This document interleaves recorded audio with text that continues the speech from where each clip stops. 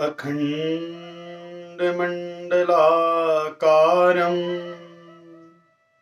व्याप्तं येन चराचरम् तत्पदं दर्शितं येन तस्मै श्रीगुरुवे नमः। ॐ ध्यानमूलं गुरुर्मूर्ति पूजामूलं गुरुपदं मन्त्रमूलं गुरुवाक्यं मोक्षमूलं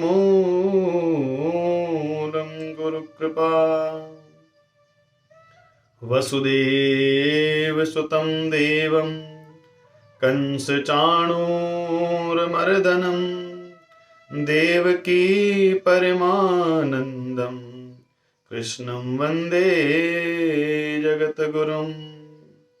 वंशी विभूषितकरानवनीरदाभा पीताम्बरादरुणबिम्ब फलाधरोष्ठा पूर्णेन्दुसुन्दरमुखा धरवीन्द्रनेत्रा कृष्णात् परं किमपि तत्त्वमहं न जाने। जय जय श्री राधारमण जय जय नवल किशोर जय गोपी चित चोर प्रभु जय जय माखन चोर। बोले वृंदावन बिहारी लाल की जय।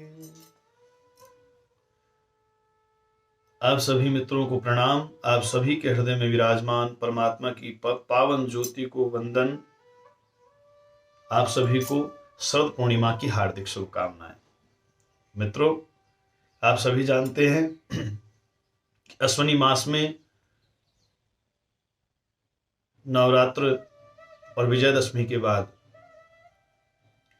परम पावन दिन पूर्णिमा का, जिसे संपूर्ण भारत में शरद पूर्णिमा के नाम से जाना जाता है।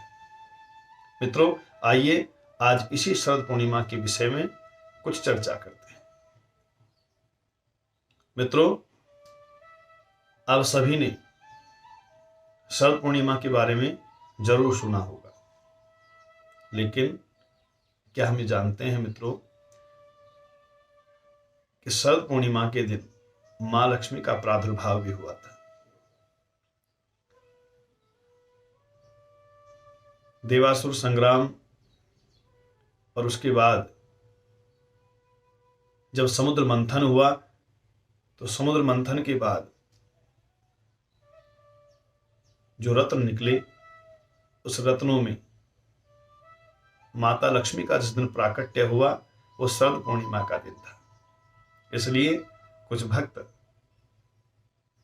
शरद पूर्णिमा के दिन मां लक्ष्मी की विधिवत पूजा अर्चना करते हैं। मित्रों, आपने श्रीमद् भागवत में अनेकानेक व्यासों के, कथाचार्यों के माध्यम से सुना होगा कि भगवान श्री कृष्ण ने गोपियों की मनोच्छाओं को पूर्ण करने के लिए रास लीला का दिव्य लीला को संपन्न किया। रास लीला जैसी दिव्य लीला शरद पूर्णिमा के दिन ही भगवान ने क्यों की?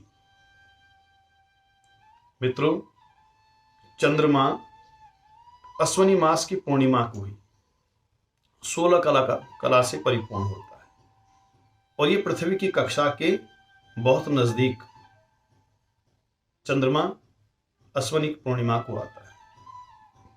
अपनी चांदनी, अपनी रोशनी के माध्यम से इस शरद पूर्णिमा के दिन चंद्रमा की इस रोशनी से दिव्य अमृत की वर्षा होती है।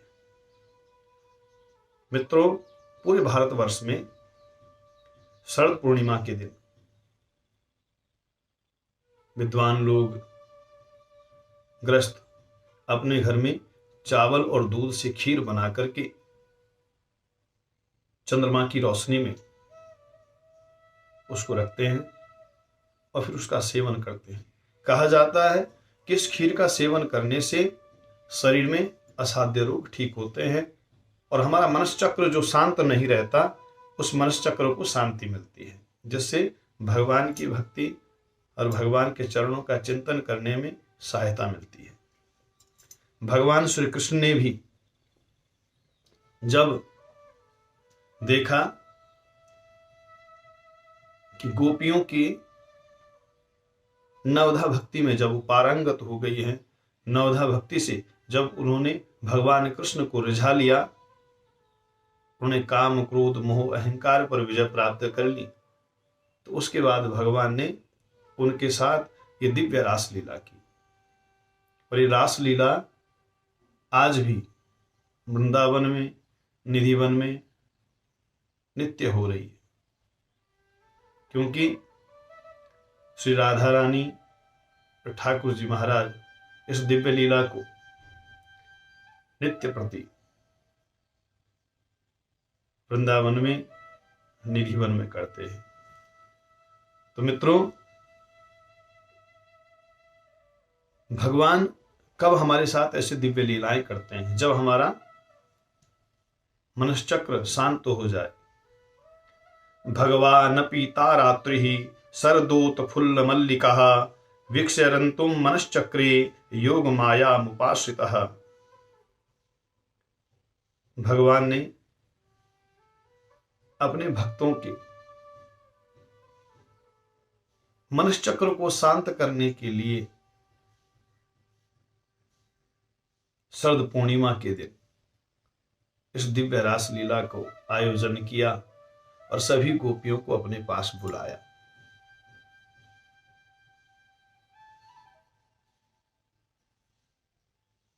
भगवान ने ये रास लीला केवल और केवल इसलिए की क्योंकि भगवान अपने जो प्रिय गोपियां हैं उनके मन से समस्त विकारों को दूर करना चाहते थे। किसी भी प्रकार का अहम गोपियों के मन में न रह जाए, कोई वहम न रह जाए, इसलिए भगवान ने ये दिव्य रास लीला की। और भगवान तो रस रूप ही हैं, रसो वेशः, भगवान रस ही हैं। और उस रस का आनंद हम तभी प्राप्त कर सकते हैं जब भगवान की नित्य भक्ति करें, नित्य आराधना करें, अपने मनश्चक्र को शांत करें और चित्त को भगवान कृष्ण के चरणों से जोड़े रखें। तो मित्रों, ये शरद पूर्णिमा भी आपके जीवन में आनंददायी और मंगलदायी हो, आपके जीवन से समस्त विघ्न व्याधियों का नाश करें। जिस प्रकार पूर्णिमा के दिन चंद्रमा पूर्ण प्रकाशमान होता है, ऐसे ही आपका चित्त भी पूर्ण प्रकाशमान होकर के भक्ति के पथ पर आगे बढ़ता रहे। इसी कामना के साथ आप सबको जय श्री राधे, जय श्री कृष्ण।